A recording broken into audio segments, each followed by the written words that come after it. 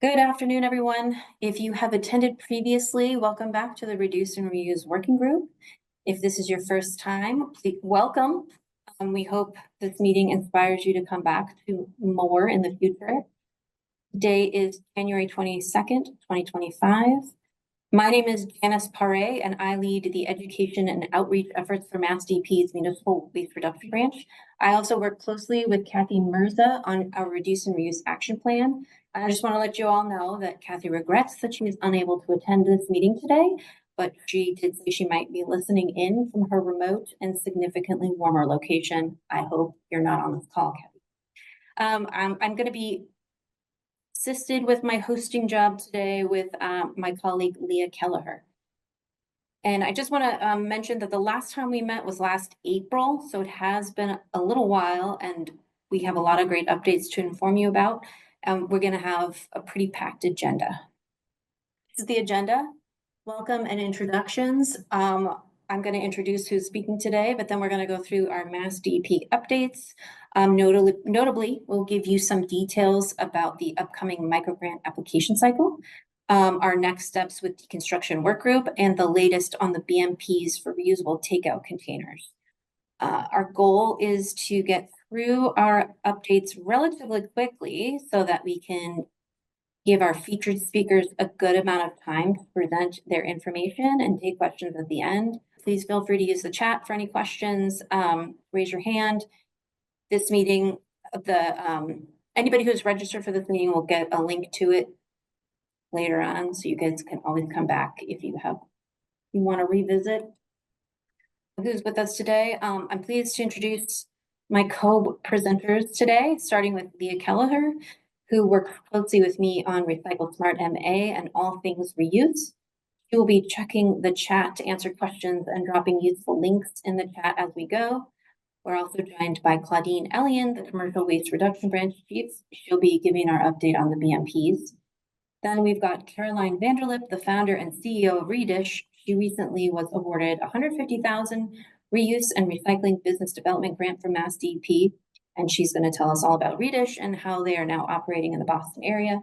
And finally, we'll hear from Maria Hall, the Director of School Nutrition for Walpole Public Schools, who will speak to her experience working with Redish.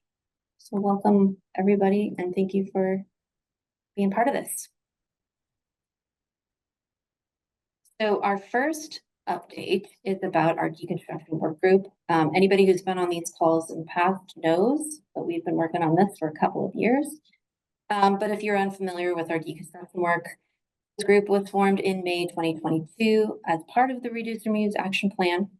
Some of the goals for the work group, were and we're still working on it, so they continue to be, helping to grow the reuse industry for building materials, enabling workforce development and job training, and creating policies and incentives to move the needle in deconstruction. Very big opportunity for us. So,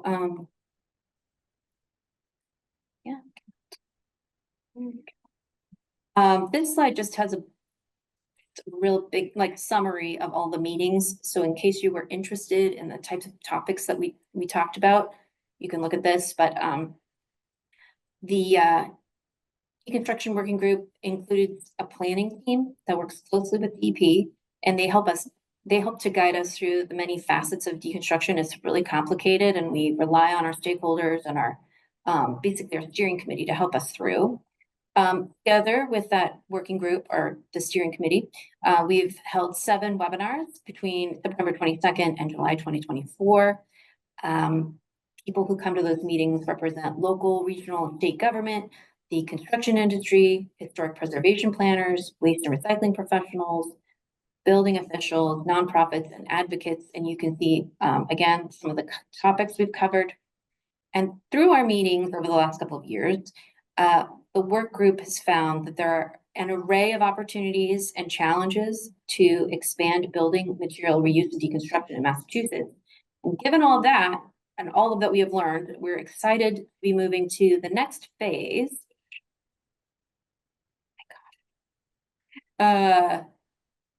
Is that we are now developing a full day in-person workshop with representatives from the targeted sectors that I mentioned previously, from across the state. And the goal is to develop recommendations for opportunities to maximize reuse and to reduce construction and demolition waste from building projects and demolition projects. And that's for both commercial and residential building sites. The second part of the phase, the next phase, we'll be developing programs and resources in support of the recommendations gathered at the workshop. There will be a pre-workshop virtual meeting to discuss the strategy and the plan, and we'll know more about the specifics once we get the facilitator in place. The solicitation for this, the facilitator has already been published on Combis. So suffice it to say, there's a lot more information to come. And if you'd like to join this group or stay up to date with the planning, please email Leah with your information and she'll make sure to add you to our deconstruction specific contact list. So if hearing all about what we've done for deconstruction has made you wish you could be a part of something, this next update may be of interest because we're about to move into new territory. Our plan this year is to begin the process of homing in on bulky items from the residential and commercial sectors. To put this into context of the Reduce and Reuse Action Plan, I'll take a quick step backwards, remind you of the slide that you've probably seen before if you've been to our meetings. This is the list of the priority materials that are delineated in the action plan. And when we use the term bulky items, we mean durable goods like furniture, fixtures, and equipment. In a business setting, that might be desks, chairs, cubicle walls, stuff like that. In a household setting, this could be large appliances, cabinetry, doors, vanities, etc. So we know that many communities accept furniture and large appliances for recycling, which does divert bulky items from the trash. But our goal is to direct these materials to their highest use value first. So we're thinking about ways to connect these materials that are often in great shape and still very valuable to those who need them. Keeping them out of the trash and in use longer reduces waste and embodied carbon and should save communities and businesses money in the long run. If you agree, and you want to advance my slide for me. Now for the big reveal. We know that there are a lot of organizations working to repair, reuse, and redistribute bulky items already, and we want to invite you to participate in a new subgroup focused on bulky items. Our goal for the bulky waste subgroup or working group, we don't really actually have a name for it yet, is to enable more of this work. So all these organizations on the screen have, been doing this for a long time. You guys are the experts. There are people who are not on the screen, also experts, and we want to know, are you interested in joining our subgroup for on bulky waste? We're not exactly sure how the subgroup is going to manifest. It may not look exactly like what we did for the deconstruction working group, but our mission for today, right now, is to drum up interest in subgroup. And if you are interested, you can email us and give us your contact and we'll add you to our list. And you also may have noticed that we asked if you were interested in being a part in participating in this in the registration. If you said no or maybe, and now after hearing about all the fun work we did with deconstruction and what's anticipated for bulky, you're like, yeah, I'm on board. You can still participate. Just send us your email. We will sign you up. And if you know anybody else who's interested in this kind of work, please share this information. We are happy to get as many voices at the table as we can. With that, I'm going to hand it over to Leah, who's going to talk about the micro grants. Awesome. Excuse me. Thanks, Janice. Yes, well, we've been gearing up for our 2025 Reduce, Reuse, Repair micro grants, and we're super excited to share some updates with all of you. So for those who are unfamiliar, these grants are for reuse and repair projects that take a year or less to complete and are based in Massachusetts. So recycling and composting projects are not eligible for this grant. We're looking for reuse and repair. But a variety of different entities can apply, which includes businesses, nonprofits, regional authorities, eligible municipalities, and schools, colleges, and universities. So wide array of folks that can apply. And we learned a lot from evaluating last year's grants and tried to incorporate a lot of those lessons into our updated 2025 guidelines, which are already available on our microgrants webpage. There's a link on this slide when we post it, and I'll also put one in the chat in a moment. And really, we hope these updates will help clarify both the goals of the grant and then what types of projects are eligible and are not eligible for grant funding. And the grant guidelines themselves are really a playbook for the grant. They provide a lot of useful information to help you apply, including the evaluation criteria we use, a timeline, eligible uses of funds, project ideas to get you excited, and a lot more. And we love to see projects that are innovative and replicable and have a wide impact. You'll see that reflected in the guidelines. So definitely give them a careful review if you're thinking about applying. One of the bigger updates this year is that we established a minimum award value of $3,000 to try and encourage larger projects. So proposals should ask for $3,000 to up to $10,000. That's our range this year. And we're open to discussing project ideas before the grant opens. So if you're interested in applying and you want to talk through it a little bit, if you're curious about whether or not your project fits into, what's laid out in the grant guidelines, we can talk about it. Just reach out to me, Leah Kelleher. My email's already in the chat. Yes, it is. And next slide. That's a perfect segue into important dates. So here are some dates to keep in mind if you're thinking about applying. Janice and I will be hosting a virtual information session on April 1st from 10 to 11 a.m. where those planning to apply can drop in and ask us questions. We haven't posted a link quite yet to the microgrants webpage, but it will be there so you can sign up for that Zoom meeting. And then the app itself will open on April 15th. And like the information session link, it's not available quite yet on the microgrants webpage, but it will be available on April 15th. So there's like a placeholder there, you'll see it there. And then on April 15th, you can click in and start your application. We'll also have a formal question period from April 15th when the app opens through April 29th at 5 p.m. During that period, all questions must be submitted in writing to me, Leah Kelleher. Again, emails on the slide and in the chat. You can reach out to me if during that period in writing for questions about the application. And answers to those questions will be posted on the microgrant webpage on May 2nd, by May 2nd. The application deadline, the date that I'm assuming everybody has been waiting to hear about, is May 15th at 5 p.m. Eastern Time.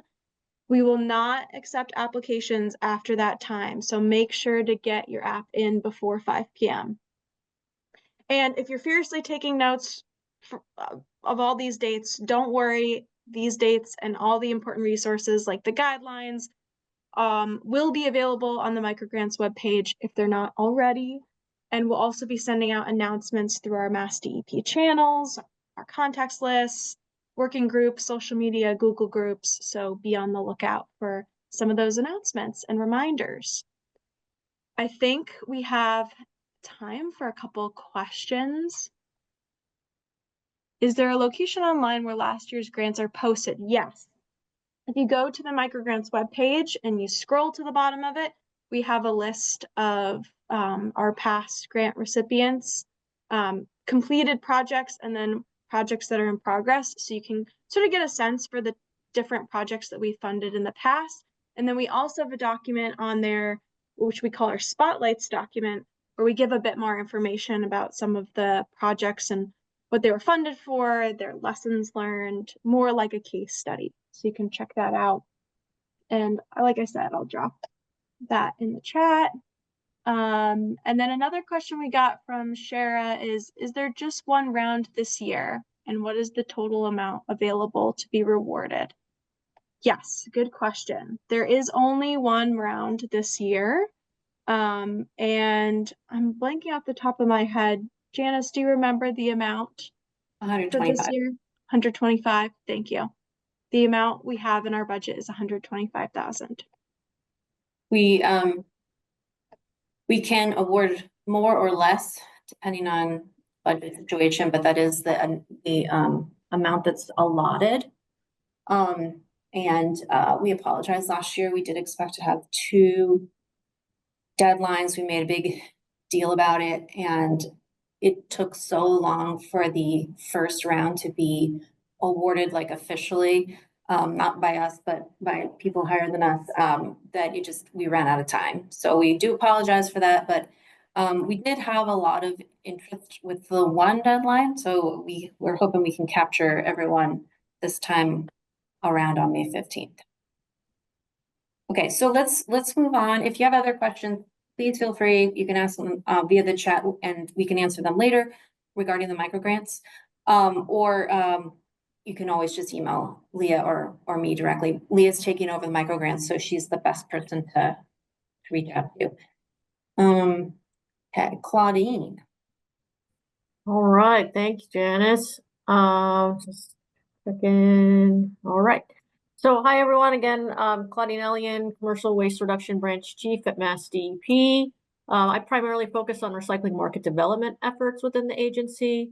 And I, along with others at MassDEP, oversee the Center for Ecotechnology Recycling Works in Massachusetts program, which we at MassDEP fund that provides free technical assistance by helping businesses and institutions reduce waste and maximize recycling, reuse, and food recovery opportunities. So there are a number of resources that can be found at recyclingworksma.com, and we certainly encourage you to utilize these resources, including the reusable food serviceware container guidance that I'll be speaking to briefly this afternoon. So Recycling Works coordinated 3 stakeholder working groups over 12 months, as well as a variety of one-on-one meetings to gather insight from stakeholders across the entire Northeast. The stakeholders included, of course, us at MassDEP, as well as the Massachusetts Department of Public Health and a variety of local health officials. Stakeholders also included colleges and universities, reusable organizations, advocacy groups, and for food service industry establishments. The BMP was officially posted in November of just this last year, 2024, and can be found at recyclingworksma.com/reusable containers guidance. Next slide, please. So here on this slide, you can see the link to the BMP. And we find that there are a number of entities that should use this guide, including food establishments, such as restaurants, colleges and universities, like I mentioned, hotels, grocers, corporate and hospital cafeterias, caterers, and stadiums, utilizing single-use to-go food containers and other disposable serviceware. So we also find that health department officials, recycling coordinators, organizations, and advocacy groups focused on waste prevention might also find this guidance useful. And this BMP was promoted to health department contacts, the Massachusetts Health Officers Association, the Massachusetts Environmental Health Association, the Massachusetts Association of Health Boards, the Recycling Works, Massachusetts Newsletter Contacts, the Center for Ecotechnology Social Media, MassDEP Solid Waste Advisory Committee, and also promoted directly to businesses while offering Recycling Works technical assistance. Next slide, please.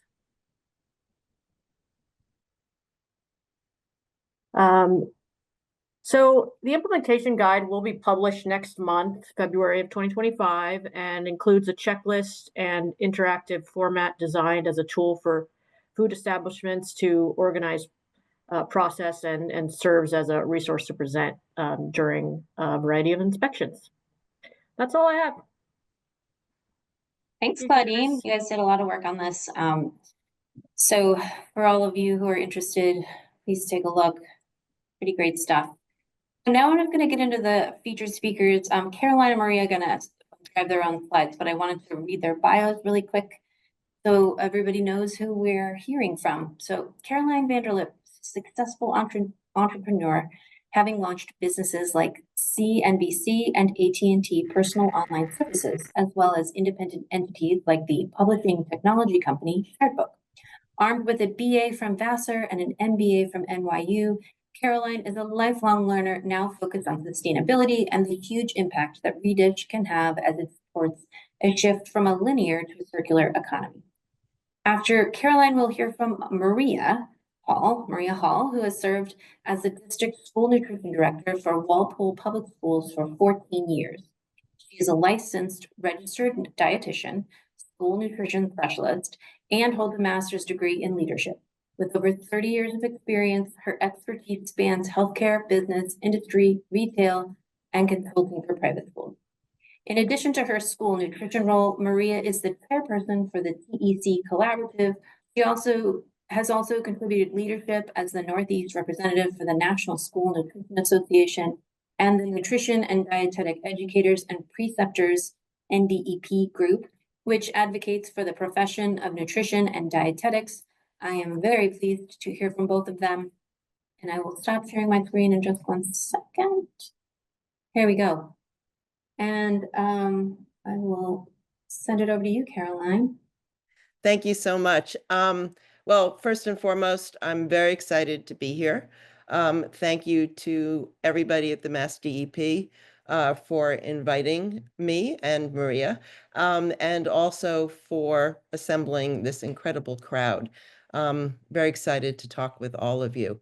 Redish is a company that is 100% focused on replacing single-use disposables. Obviously, this is a crowd that I don't need to preach to, but every day I'm reminded how important it is for us to find a way to reuse rather than throw away. And we know that this is a very significant opportunity from a business perspective, but more importantly, from an environmental one. I love Upstream's data that over 1 trillion single-use food service items are used every year in the US. I like to say that what that means to me is that it's so many nobody can count. But there is a very, very significant opportunity to replace those with reusables. Hold on. Okay, why is it not going? Sorry, guys, hold on. There we go. Again, reusables are a tremendous opportunity. Interestingly enough, we started in this marketplace thinking that they were a way to really deliver environmental metrics of waste diversion, carbon emissions, savings, and water savings, as well as to reduce waste in general. But we have found actually that the daily participation in reusables actually has the added benefit of brand and workforce enhancement. And we'll talk about that a little as we go. Fundamentally, we designed Redish to meet people where they were. We're not trying to change operational systems. We're not trying to change user behavior. We've tried to develop a full service solution that essentially addresses where people are now, in the hope that we can influence their behavior long term, not just with single-use packaging, but in other areas of reuse. It's a full service program or not. It starts as a full service program, but as Maria will share with you, it doesn't necessarily need to use our product. We are a warewashing and tracking opportunity for third parties as well, as we'll talk about. The system itself is really very simple. There are no upfront costs, no additional labor on the part of our users, no additional resources needed. We deliver clean dishes, cups, trays, etc., on a convenient schedule with our clients.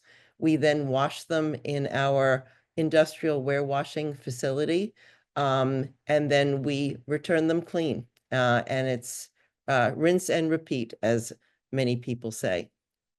Just some fast facts. We've been in business since May of 2020. Each of our reusable facilities has the capacity to do about 75,000 units every day. We are nowhere near that, so there's plenty of capacity to go. To date, we have diverted over 200,000 pounds of waste, which we're very proud of. We are certified not only by various groups in New York and nationally, but also in Massachusetts. And Boston represents our third facility. We started in New York. We're actually at the Brooklyn Army Terminal in Brooklyn. And then we opened a facility in Philadelphia. And just this past December, we opened our facility in Boston.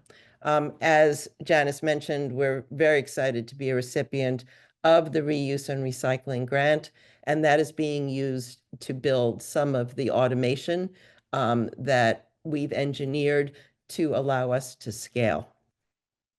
So what makes us unique?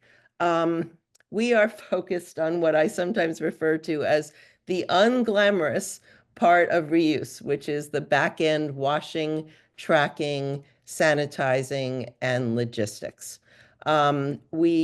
We call ourselves an industrial warewashing operation because we've invested very heavily in both customized dishwashing equipment, which you see in that picture, but also in automation at various parts of our assembly line, which allows us to get to the capacity that I mentioned earlier.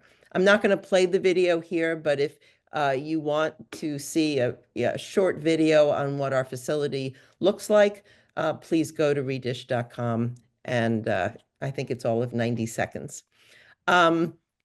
Fundamental to Redish is what we refer to as our software platform, DishTrack.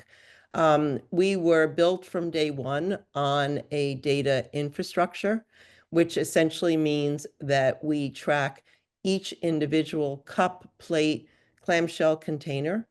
We've done life cycle assessments on each SKU that we provide, and that way we can deliver environmental metrics that are based on usage rather than on generics. The other benefits of being on a data platform are things like if you scan the QR code on one of our cups, you'll actually see how many times that individual cup has been reused. It serves as a reinforcement to our users around why they should care about reuse. It also allows our clients to not have to spend every day thinking about their inventory because our data system and the algorithms built around it are set to par. And so we usually know what's needed on any given day and what needs to be delivered can always be changed up or down, but it takes the daily inventory review out of the system. And then it helps us manage our inventory across 3 facilities, dozens of clients, 10 SKUs and counting. It also allowed me yesterday to see that we actually have a container that's been used 76 times.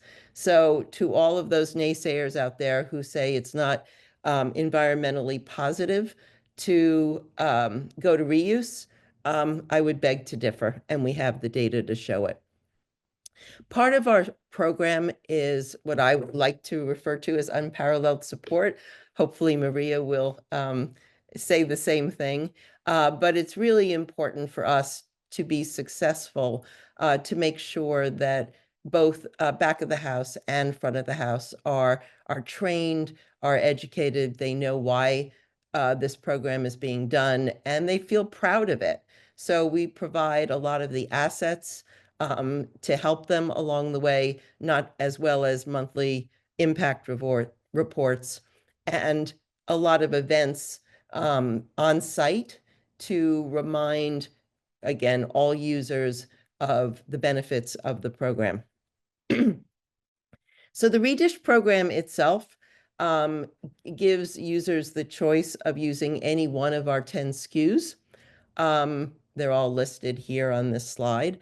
But we can also take our infrastructure and washing capabilities and wash everything from glass to stainless to aluminum to polypropylene. The important piece of the redish infrastructure is that it's been set up to both wash and dry. There's no air drying at Redish. We've developed customized equipment that both washes and dries, and therefore allows us to clean and scan and pack everything within a couple of minutes. No hands, no air drying, none of the above. Makes it all cleaner. The impact is enormous. You know, one cup may not seem significant, but you start to add them up, and it's a huge amount of waste diverted. It's a lot of water, and it's a lot of carbon that's not emitted as well. I mentioned this early on. We're really proud of the community that is formed around sustainability with all of our clients. We support those efforts. We give them gamification applications and lots of education to use. And we find that a real community does form and feels very positively about whether it's an employer or a school system, a university, et cetera. So make the switch. We're really excited to be here. As I said, our model is no management fees, no upfront fees. It's all based on actual usage. We provide, if you're using our SKUs, unlimited inventory.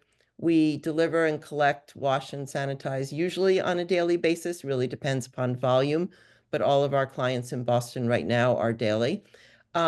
We provide all the impact and inventory tracking, the training and education, the materials, et cetera.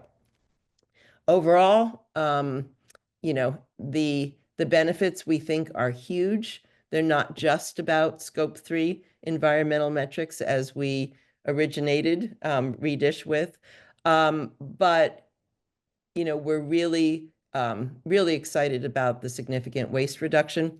We have a client in the New York market who actually did a waste audit 4 months before launching with Redish and 4 months afterwards. So it's a very, very significant time frame that's equal, and found that overall their waste reduction was 30.9%.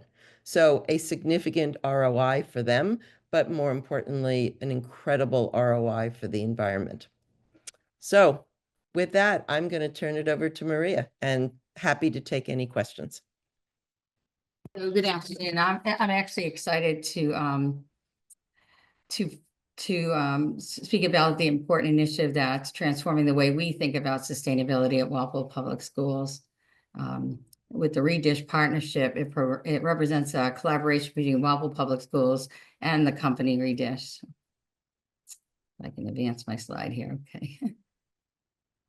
So when really one of the things that happened in the beginning was I was really getting a lot of push for the composting aspect of recycling. But the issue is that a lot of our things in the back of the house, we actually purchase somewhat already prepared. So there wasn't a real big impact there. And then when the students are dumping waste, there's an opportunity there, but that is a big impact, especially when you have your cafeterias are full and there's not a lot of space for all the recycling. So one of the things, you know, our leadership was looking for something and did a little bit of research, and I met with Caroline and heard about the Redish program and thought, what a great way for us to make an impact on waste, but in a way that I felt we could roll it out with not a lot of stress on the system, if you might. So the goal was to make a positive environmental impact, to help educate our students about sustainability. Also, taking a look at what we could do, because right at the present time at our middle and high school, we are using paper plates and trays.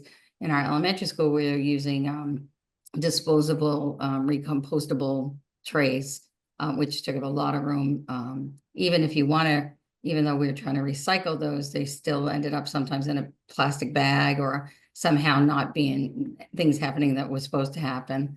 So the fact that Redish provided the plates and would consider the use of us providing them a cafeteria tray that they would wash was great. So the initiative supported our sustainability goals, but also it served as a learning opportunity for our students, helped them teach them about importance of environmental stewardship. One of the nice things about it, there's no upfront cost. We pay a set per use fee. My business manager and I had a lot of conversation about this. And also what was great was Caroline worked and her team worked wonderfully with me as I started to pick apart the contract and ask for some customability with that. So I applaud them for that, because there were things that are different with school systems or municipalities than with say a restaurant on the street. But one of the things also that it helped is our students to get hands-on experience with sustainability, giving them a sense of ownership and responsibility of this initiative. And our custodial team, the reduction in single-use waste meant less trash for them to manage, and it made their workload more efficient and manageable. The other thing that I think is important with Redish, and it's important that that interaction with the people that are picking up, the drivers that are dropping and picking up, that there's professionalism and responsiveness, and we have seen nothing but that. So we've been thrilled with that. So again, I was asked to make sure I address this piece of it. The initial decision was like, what can we do that made sense that we could roll out? We just opened a brand new middle school, so that in itself was a big undertaking. Although we're at a K-12 platform, we actually are, we do a central kitchen. So this new middle school feeds all the schools. Although we're serving in all the schools, our main production of the hot food comes out of the central kitchen.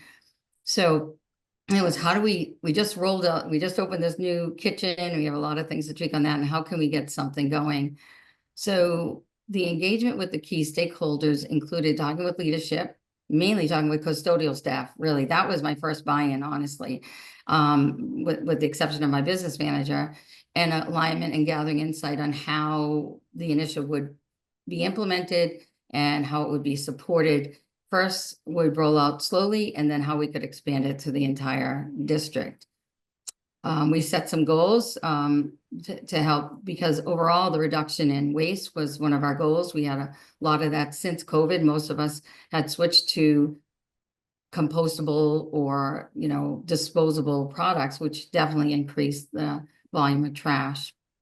So the other thing we had to do is a little bit of research on what were the available options. And again, Redish fit right into our solution. And in terms of our launch, we thought about ways that we could get the students engaged and get it launched pretty quickly. So I think I met in September. We got the contracts cleaned up in the way we needed it to be by, right before the Thanksgiving break, and we rolled out in December. So we're again excited that happened as quickly as it was. And some of the things we did was, one of the things is, I know this is a busy slide, but this was truly the morning announcement. At our school district, our morning announcements are actually video. So the custodian and I stood in front of the Redish where we're gonna toss the plates in. We walked the students through on video what we wanted to do, what we wanted their help with doing. And it was super well received. At the middle school, this is the approach we took. At the elementary school, I worked with the principal, and we got student ambassadors, and those student ambassadors were there for the first week of the launch and helped kids understand, and they were super excited about going to a solid tray instead of the compostable or disposable. But this was the actual, and it was again a video, but this was the verbiage. So how it works in our school, right here is It's this simple, really. The bins, a crate with compostable plastic bag or compostable bag in it. And we took it a step further, and I purchased through my budget a compostable trash bag that was clear.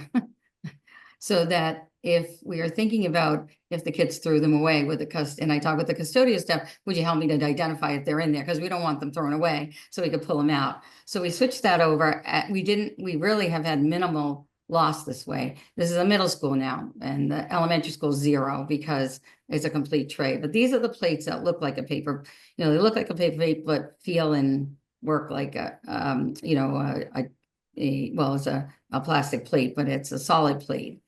So what the students would do is dump their trash, just dump the trash off the plate and throw it into that bin. Simple as that. There's a picture of our cafeteria. So we have them in 4 different locations so that the kids could just dump and put those into the crate. The custodial staff were excited about having less waste to deal with, and they were pretty much on board right from the beginning. At our elementary school, the custodian actually is involved in taking and at the middle school, they take the crates, the full crates, and put them into the bin, which I'll show you. 1 second, I'll move that forward. So here's our custodian at the middle school, Al, and he was more than happy to be part of the picture. This is the bin that they come in clean, and then we fill it once it's emptied with the dirty ones, and each day it's picked up and a new one is dropped. So Al actually is one of the people that puts the dirty plates right into here. And what's again great about Redish is they right from the beginning came out. We connected with all the stakeholders and who needed a text. I'm on my way. The driver's on his way. We picked up, we've dropped off, all that text information comes to whoever it is that you need. So the custodians were excited to have that, so they knew when to push it out and pull it back, push the card out and push it back in. So students, I think, having a direct impact on their actions, the environment, and taking this knowledge with them outside of school is something that we also felt they gained. Now, this is our environmental impact so far. And again, we just rolled out, but on a daily basis at the the middle school, we're doing 600 plates. So the paper plates are replaced with the reusable. And at the elementary school, we're doing 500 trays. We have about a 70% participation rate in all our schools right now. So not that everyone takes a plate or a tray, and almost every elementary student does, but sometimes at the middle school, they'll just grab the burger, but that equates to 108,000 plates and 90,000 trays diverted from landfills annually. Our expansion would be to bring in the high school and the other 3 elementary schools, doing an additional 1,500 trays and 700 plates daily, and then equating to 270,000 trays and 126 plates annually. So combined, it's a significant impact. So, and I try to bar graph this, but and put one on there for you because I thought that'd be a good visual, but it's not because the plates and the trays are so different. I couldn't get it to look the way I wanted it to, but these are, this sheet here is a sample of an impact report. This was in September 20. Redish did this as a sample impact report based on the information I gave them as what we were going to do. We didn't roll out in September, but I think this is so important and such a great opportunity to share with and again, I'm talking municipalities, with your business manager, with your school committee, with the people in your district, with the students. This was our actual impact in December. Remember, we do have like 10 days off in December. So we're really excited to see these numbers, and I'm excited to share out the information as we continue to move forward with our further launch. There was minimal staff training. Again, they came right out to our district.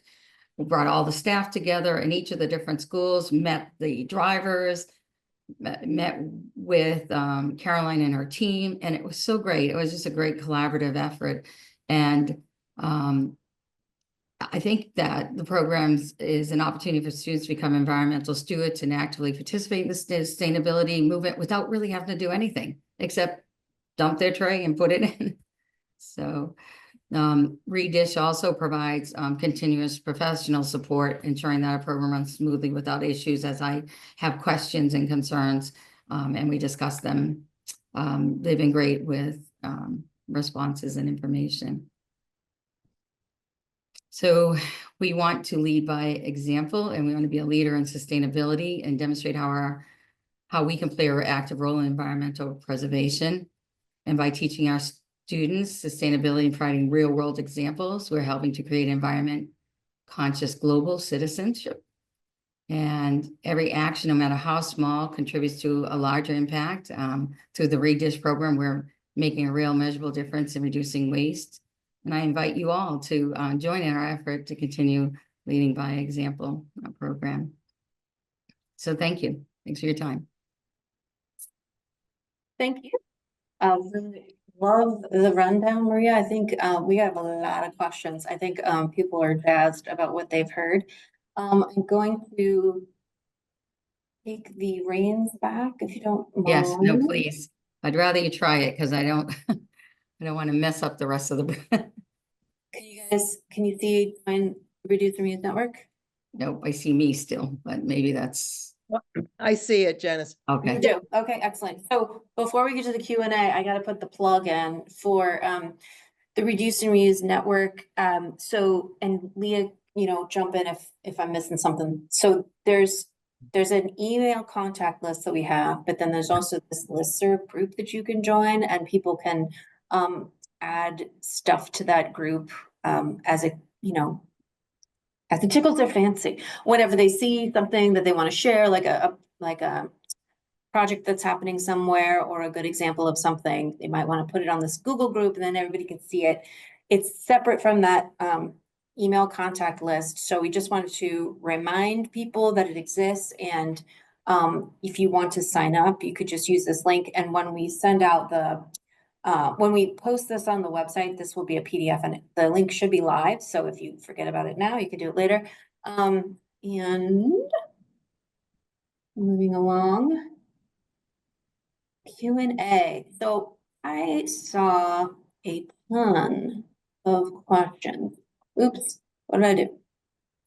I stopped sharing my screen, but that's okay. Let's open it up to the video and we can go through some of the questions that we saw in the chat, but we can also invite people to raise their hand if they want to. So Leah, you look like you were furiously reading chats as we were going through this. So I want to go ahead and give you a chance to share, let us know what's going on.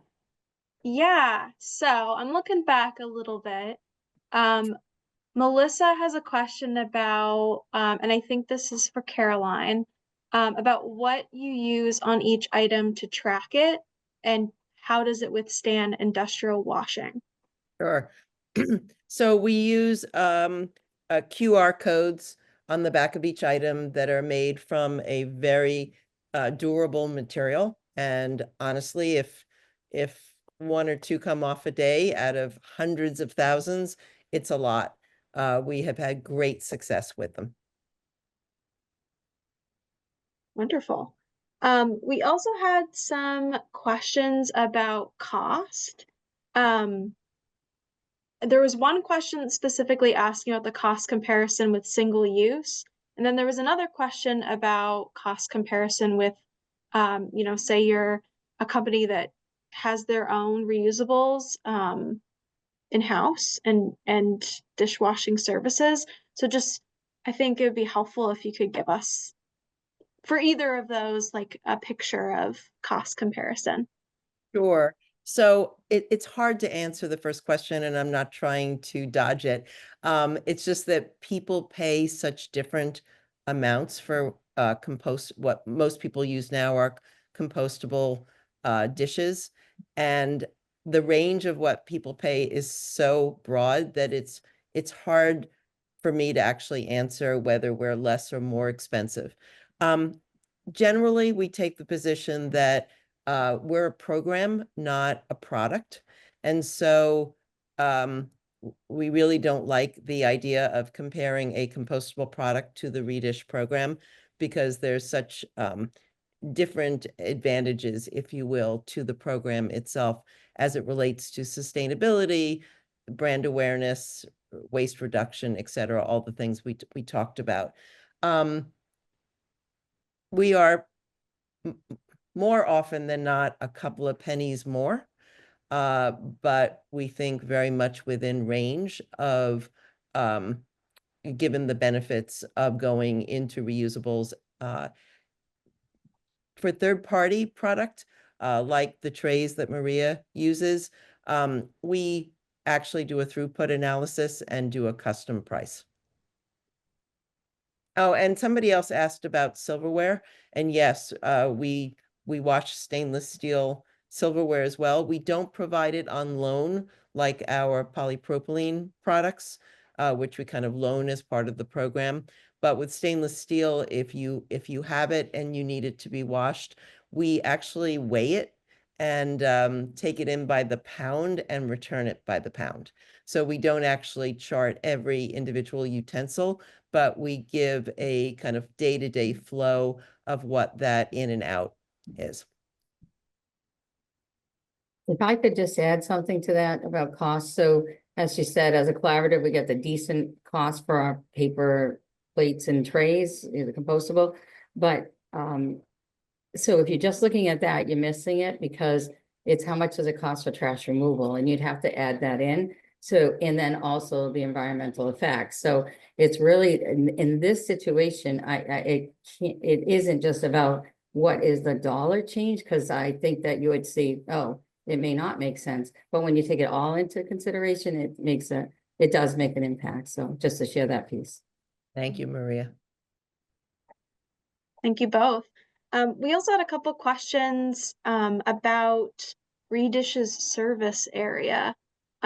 So I think, Caroline, you answered a couple of the questions in the chat, but just for everybody's benefit and anyone who might be listening to the recording, if you wouldn't mind just repeating, what's your service area? Who are the clients that you serve?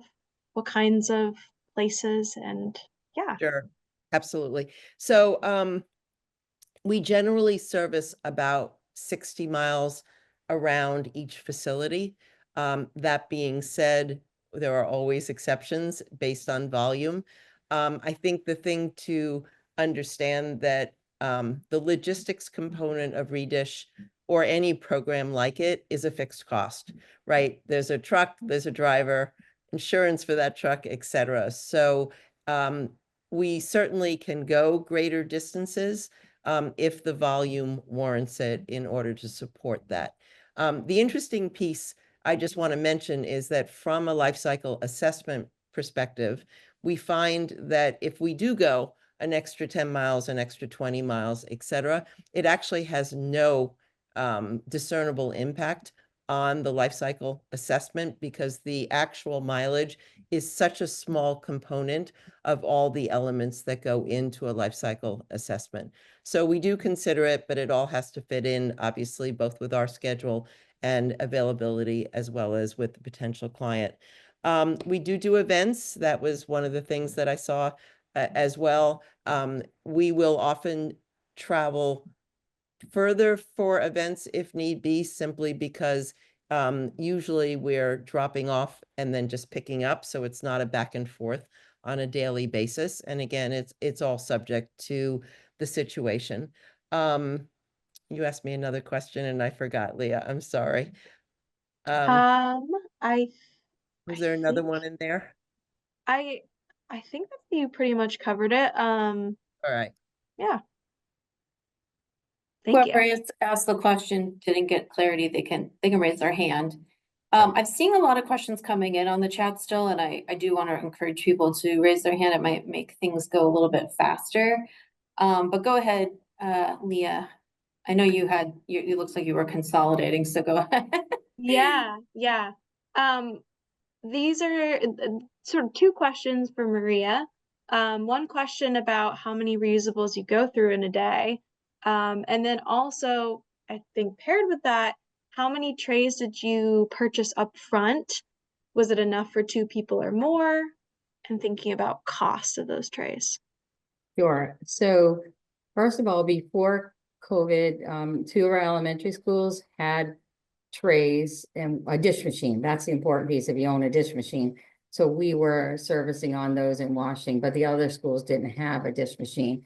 So that being said, I already had some trays, but I will end up needing to purchase trays because if I include all 4 elementary schools, so I need a rotation of how many students. I would need 1,000 to 1,200 trays per elementary school because that would give me the dirty ones leaving and the clean ones coming. So that rotation through, because they're doing about 500 and I just I wouldn't want to not have it, have enough. So, yes, I will be required to purchase some trays to do my next rollout. And wait, now same thing you did, Carol. I should have wrote it down. What was this first part of the question? So Maria, I'm gonna give a response also to Leah. Leah, we recommend 3 times the daily quantity, which accommodates what's being used today and being picked up, what's in transport, and what's being cleaned and coming back, which should be more than sufficient to handle the daily needs.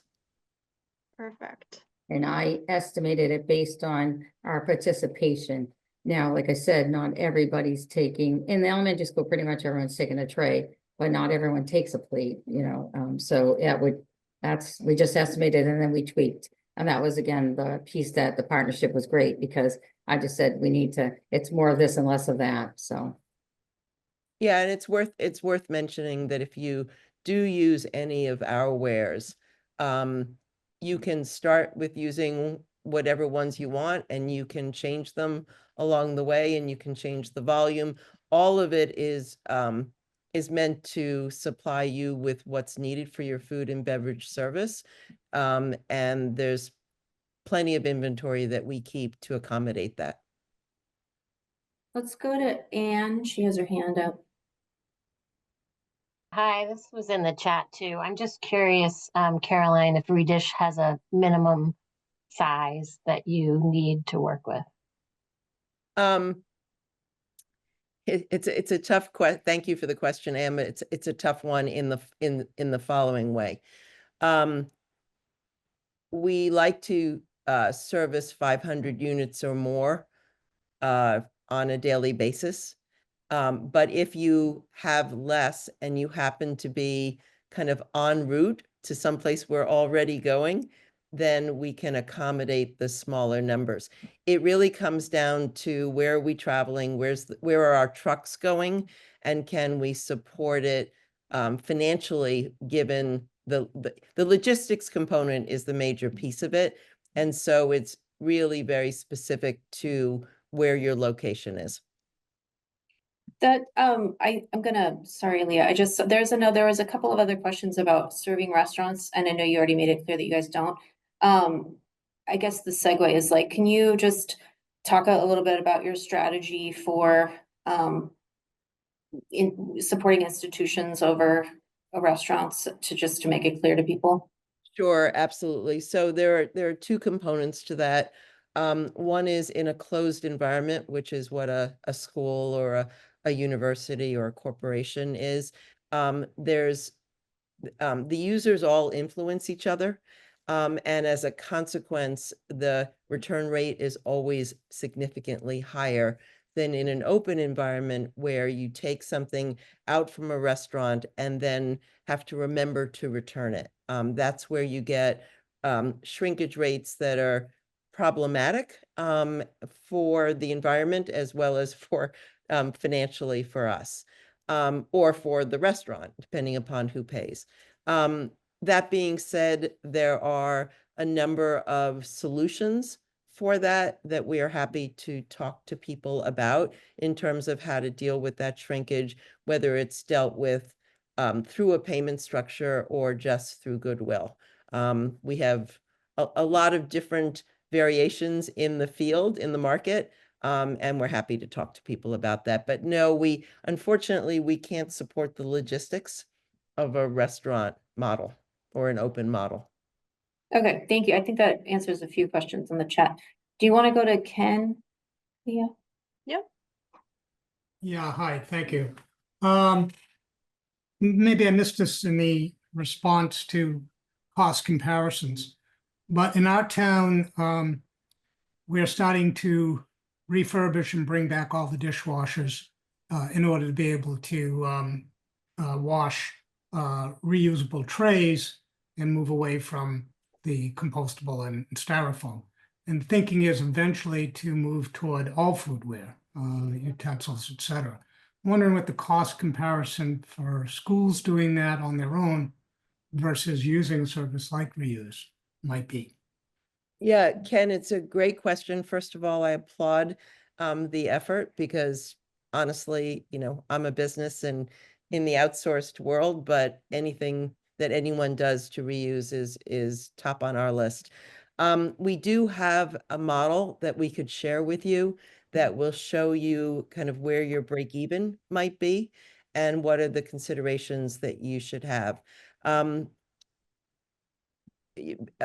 Because we use such large, customized and automated equipment, we really work very, very well with large quantities and can usually do that at a rate that's significantly lower than the cost of putting in a dishwasher with all the electric and water usage, the utility usage, but also more importantly, the labor that needs to be taken into consideration. So if you want to just email either me or any of my colleagues who are in the chat as well, we would be happy to go through the model with you and show you where that break even is. And if you could do it internally, we applaud it. I also Thank you. want to point out, thank you, Caroline, that MassDEP totally supports dishwashers in schools. I think we've been really just excited to see that this Ware Hub or, Ware Washing Hub exists now because it wasn't an opportunity before. Clearly, one company is not going to be able to service all of the state right off the bat. And, maybe they'll expand one day, but we're always, there's never one strategy that fits everyone or can work for everyone. So think about the micro grant for reusables in your school if you think that, the hub strategy isn't going to work for you. There's other opportunities to get on board. Missy? Thank you. The question I have is and Maria, hi, I work with Melissa in Walpole. So she's talked fondly of you. So what I want to say is, so do you work with senior centers and also Meals on Wheels programs? Because I know senior centers, it's all disposables as well.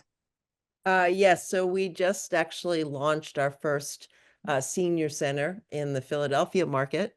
Remember, we've only been in Boston for less than a month operationally, so we're not quite there yet, but we are talking to a number of them and we would love to continue to do so. Interestingly enough, our first pilot in 2020, in the middle of COVID, was with Meals on Wheels in the New York market. And I think it got confused with COVID and the fact that a lot of seniors weren't actually going to the senior center anymore and other things. But we found that it was a little complicated because they had already invested in some pretty sophisticated packaging, which wasn't environmentally positive, but financially was difficult for them to move elsewhere. It might have changed since then. I don't know, Missy. Happy to have that conversation though. Thank you. Can I add something for Ken? Ken, as a school nutrition director with, a district, I have about 40 employees.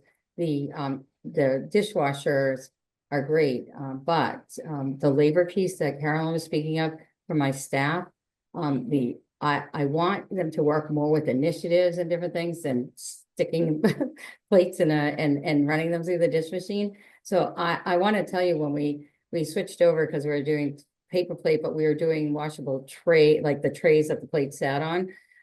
They were ecstatic, and it was a win for me, for them, because then they were working on other initiatives and doing other things and excited about it. So that staff morale and labor piece, you know, when you're trying to add it in, is really tough, and to consider what that counts for labor hours as well. Just throwing it out there.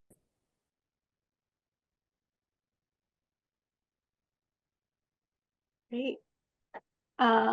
We have another question coming from the chat from Anne for Maria. And this might be a little early, but do you ever work with classroom teachers on curricular connections? Analyzing the data reports with students would be interesting. Agreed. Also agreed. So literally just today received my fetch. I added it into the slide, but I got it today on the impact of December. My goal would be absolutely at the elementary level to share that, especially with the students in the ambassador classrooms, which were more the fifth graders. But I don't know if you saw in one of the slides that Caroline had, having posters in the actual cafeteria showing that impact. We do a lot with the classrooms with our hydroponic towers and provide curriculum there. So I would definitely partner with Caroline and her team about what more can we do. And we have a great relationship with our senior center. So it may be the next expansion for us as well, because we provide them breakfast. So it's just different things that we can do as well. So our client services team in New York, at least, has actually supported the curriculum efforts by speaking at assemblies if needed, and providing a bunch of content that can be used in those classrooms. So we are all on board. If you can educate an 8-year-old into reusability, they don't know anything different, and they will actually have a tremendous impact on their family and peers, and it does cascade significantly. So we are all about educating and training them really early, so that they don't live in a disposable world. Absolutely. Start them early. Start them early. Great. I'm still sifting through the chat to see if I missed anything, but if anybody has another burning question. Oh, here we Well, go. can I just point out something that somebody said, and I think this would be great for any school. Angie Gregory said that there are a lot of colleges and universities going to trayless dining as a way to reduce food waste. So you might try utilizing networks to see if there are any colleges getting rid of theirs rather than buying new. Yeah, I know BU got rid of theirs a while back, but there might still be some making that transition. That's a really great call. Great idea. Sorry, go ahead. Hi, I was wondering, this all sounds really cool. Are all of the is all of the wares, I guess, that the kids are using reusable? Are you focusing on like the big items, and like, do you have thoughts of changing that? Where are you with that, I guess, is Sure. my question. Sure. So not everything is, but for our elementary school, pretty much yes, because they just get a tray, and then we put the food on the tray. And we use it's a small plastic like bag with some things, where we seal it, which is like for maybe a veggie cruncher to grab, or wrapping of an orange or apple, because we do share tables as well. So we need things that are wrapped so that they could be brought in and used, or someone else can take. The biggest thing that I'd like to, so at our middle school, we are using the plate. We use that for pretty much everything, but we have a smoothie. And right at this moment, we don't have a solution that Carolyn has a cup, but for the sipping of the smoothie. So we've been talking and working on what solution that might look like. We do about 150 smoothies a day, so that would have a big impact. just haven't found the solution. And again, new with it, but otherwise, we really do not use that many extra things other than our plate and our tray. We are planning to add a 22-ounce cup that will accommodate Maria's smoothie, but it won't be until next year, the fourth quarter of this year. So it's really hard to find reusable wares, especially ones that are made in the US, which is what we focus on. We don't use anything that's been manufactured overseas. We think it's really important both for environmental and labor conditions to know who you're buying from and what those conditions are. But we think we found a 22-ounce that will accommodate a smoothie.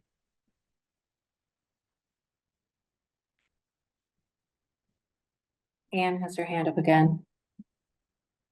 Hi, I have another question for Maria. I'm just curious, you talked about the middle school students putting the plates in the clear compostable bags. Why do you do that? Is there any way that you can't put them like directly back into a crate? Well, I'm gonna let Carolyn speak to that because that's their model. So that it's clean, it gets picked up, it gets put into that, and there's really no cleanup for us other than pick up a crate and put it in. But Carolyn, you want to speak Sure. to? So, Anne, we deliver the plate. This is just for the plates. We deliver the plates in a compostable bag within the crate so that we can be assured that they are clean upon arrival. And all Maria is doing is leaving that compostable bag that they were delivered in the crate to take the dirties and then essentially knotting the bag when the crate is full and putting it outside for us to pick up. So the purpose of that bag is really for cleanliness upon delivery. Great, that makes sense. Thanks. You're welcome. We have another question for Maria asking if Walpole schools separate food waste at school and then compost it. We do not currently do that. The currently I know there's a few programs out there. We looked at it. The biggest challenge with that is, and Caroline can attest to this, our middle school has like 3 leftover chairs after everyone's sitting in them at each lunch. It's so tight. We do even have the bins ready to go for that, but that is a much bigger challenge for the front of the house. And when I say the kids doing putting the right thing in the right bin, takes a little bit more on the education and commitment. We just opened that middle school, so that combined 2 of our middle schools. Nobody at this moment wanted to take on that big thing there because we're still making sure light switches on and the breaker doesn't go.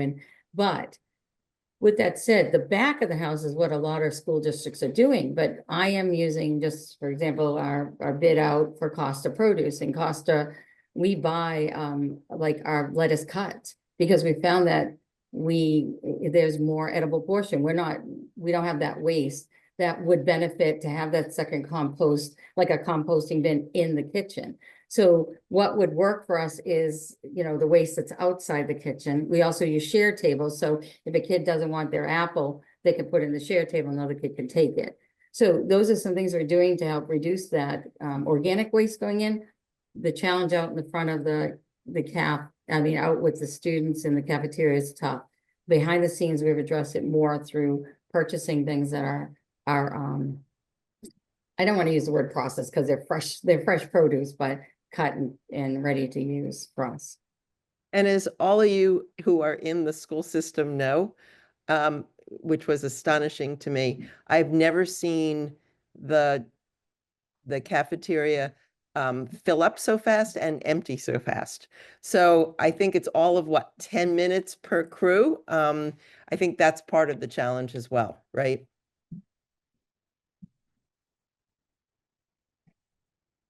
And this is a similar question, but for Maria, will you use reusable items for pre-made salads and deli sandwiches too? On the topic of salads, as you just mentioned. So yes, that's an option. Again, as we move into our other schools that do more of the we do a lot of stuff right on the plate. So they take a plate and fill what they want. So a pre-made salad is something we do in, so we provide food for special ed schools that are part of our district, and some of that has to transport to them. So currently, we're not doing that yet because I have to figure out the model for pickup, and those schools just moved their locations. So they're working out some kinks, but I talked to Carolyn about that. So to answer the question, yes, at the schools we're currently doing it, everything goes on the plate or the tray. So we've really done a lot with reduction in that, those extra products. Thank you. I think that I've sifted through everything that's in the chat. If I missed something, please feel free to raise your hand and ask via voice. But I haven't seen anything else come in, so I'll just leave it at that if anyone wants to raise their hand.